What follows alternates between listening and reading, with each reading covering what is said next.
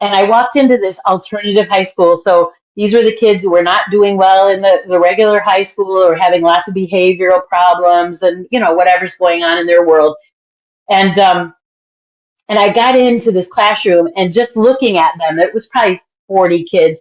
And they had at the time, they had the goth, the black, the spiked hair, they were looking very scary. And part of me wanted to say, as I stood in the front of that classroom to that group, to just say, everybody use a condom. This is crazy. These kids are not capable of making good choices. But, the Holy Spirit, in my heart, I said, why should I give this group of students a different message than I would give the First Baptist Church youth group?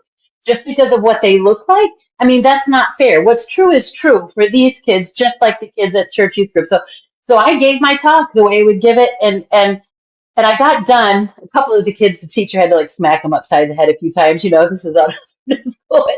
I got done, and one of the kids in the back, that was one of the scarier looking kids, with all his black and his giant overcoat. He comes right at me, like with a purpose, to the front of the classroom, like at me. And I'm like, oh.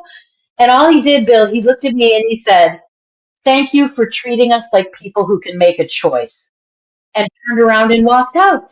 And I will never forget that. I said, you know what? We have treated students like they're animals, like they're always going to do the wrong thing, and then just told them how to manage the bad choices that they're making, never looking at them and saying, you know what? You're capable of doing better. You're capable of respecting yourself and respecting others.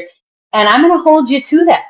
And that's really the message these kids were waiting to hear, that they deserved respect themselves, and that they could respect themselves, and they could respect others and treat others with dignity and respect.